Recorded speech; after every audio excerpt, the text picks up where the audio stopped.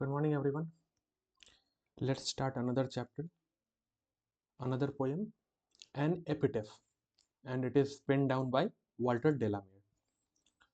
So, before we start this poem, it is a very short poem and very interesting. So, before we move on to the poem, let's read something about the poet. Okay.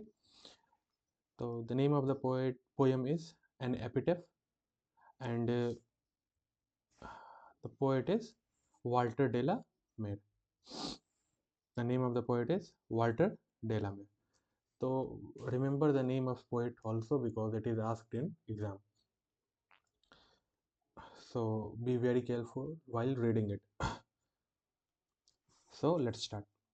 So Walter Delamere, 1873 to 1956. He was born in 1873 and he died in 1956. Was born in a village of Charlton, Kent, England. इनका जन्म England में हुआ था. ठीक है, England में एक शहर है केंट, वहाँ पे एक जगह है शाल्टन, वहाँ पे इनका जन्म हुआ था. He lost his father at the age of 4. जब ये 4 साल के ही थे तब इनके पिता का डेथ हो गया था. And he had to move with his family to London. और उसके बाद ये अपने फैमिली के साथ लंदन मूव कर किए. He is known for his sensitive concern with the word of children. इनकी जो अधिकतर रचनाएं हैं वो चिल्ड्रंस के ऊपर ज़्यादा आधारित हैं. बच्चों के प्रति इन्होंने जो शॉर्ट स्टोरीज, पोएम, सॉन्ग्स लिखे हैं. And the word of super natural आप सभी जानते होंगे ना. अलौकिक जो नेचुरल नहीं है वो सुपर नेचुरल. जैसे सपोज भूत वगैरह से रिलेटेड कुछ कहानियाँ, ये सभी सुपर नेचुरल में आती है ना. His songs for children and peacock pie depicts world of dream. इसको याद रखिएगा, ये पूछा जा सकता है. His songs for children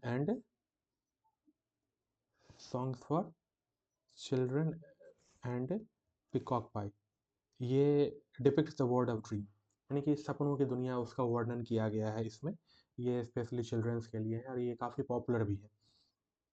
but even in these songs there is a note of melancholy. Melancholy क्या होता है? ये वर्ड मेलनकली, दुख ना, उदासी. तो इन सभी पोएम में भी जो हर्ष और उल्लास को बताती है, इसमें भी कहीं ना कहीं कुछ उदासीनता छिपी हुई है. The poet makes us aware of the inhuman condition of modern life. जो आधुनिक युग में जो इनह्यूमन कंडीशंस है, क्योंकि the society itself is going downhill, है ना. उसको ये अपने पोएम्स के थ्रू डिपिक्ट करते हैं, उसका वर्णन ये अपने कविताओं में करते हैं. He shows his genius by evincing fresh interest in old things. कुछ पुरानी विषय वस्तुओं को ये कुछ अच्छे इंटरेस्टिंग ढंग से अपने रीडर्स तक पहुंचा रहे हैं. क्वीन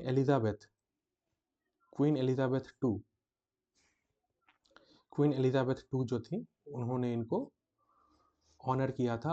ऑर्डर ऑफ मेरिट एक अवार्ड है, उससे इनको सम्मानित किया था. तो इन सभी बातों को ध्यान रखिएगा. ये कुछ राइटर्स के बारे में जो इम्पोर्टेंट पॉइंट्स था उसको हमने डिस्कस किया. अब हम लोग मूव करते हैं पोएम पे कि ये पोएम क्या है, पढ़ते हैं. बहुत छोटा सा ही पोएम है. Let's start. पोएम का नाम है एन एपिटेफ. पोएम का नाम है एपिटेफ. ये एपिटेफ क्या होता है पहले ये समझ लेते हैं. क्रिश्चियनिटी में, क्योंकि ये वेस्टर्न कंट्री की बात करें, वेस्टर्न कंट्री आप लोग समझ सकते हैं, पश्चिमी देश है ना, अमेरिका, डेनमार्क, इंग्लैंड, ये सभी जो कंट्रीज हैं वेस्टर्न कंट्रीज में आती हैं. तो एन एपिटेफ, तो एपिटेफ क्या होता है? तो क्रिश्चियनिटी में जब किसी का डेथ हो जाता है, जब कोई मरता है तो फिर उसको दफनाया जाता है. ठीक है, इस तरीके से उनको, जैसे मैं कोशिश करता हूँ बनाने का, दफनाया जाता है.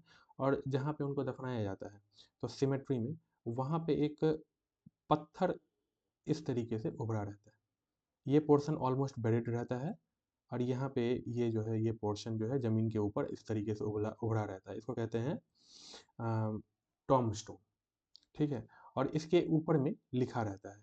इसके ऊपर में क्या लिखा रहता है कि जो भी व्यक्ति है उसके बारे में कुछ बातें, बहुत छोटा, क्योंकि ये बहुत बड़ा नहीं रहता है, बहुत छोटा रहता है, तो इसके ऊपर में उस व्यक्ति से रिलेटेड कुछ बातें, जैसे जन्म कब हुआ, कब मृत्यु हुआ, ये बातें लिखी रहती हैं, या फिर एक दो लाइन उस व्यक्ति से रिलेटेड इसमें यहाँ पे बॉर्न, डेथ, ये इस पोर्शन में ऐसे इस तरीके से लिखी रहती है, तो उसी को एपिटेफ कहते हैं।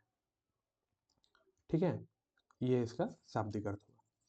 अब आते हैं इस पोयम पे। ठीक है, तो कह रहे हैं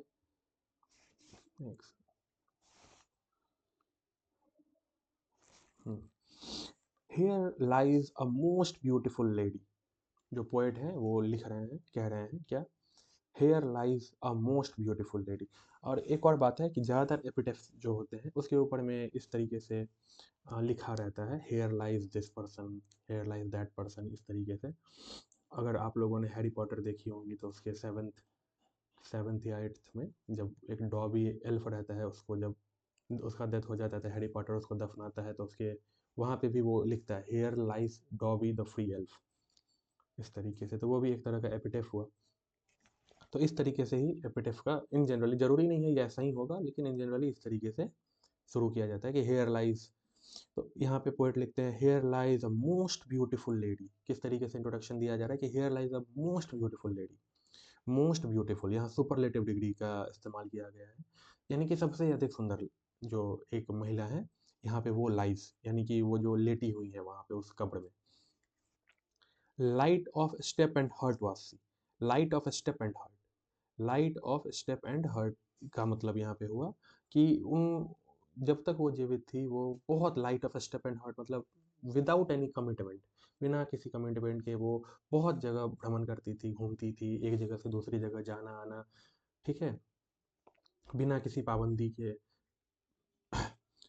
आई think she was the I think she was the most beautiful lady. फिर से जो फर्स्ट लाइन में जो बात वो कह रहे हैं उसको फिर से वहाँ यहाँ पे वो दोहरा रहे हैं कि आई थिंक, मैं ये मानता हूँ कि she was the most beautiful lady, सबसे सुंदर महिला वो थी, that ever was in the west country. Western country में जो सबसे सुंदर महिला थी वो कौन थी, वही जो यहाँ पे इस कब्र में लेटी हुई है।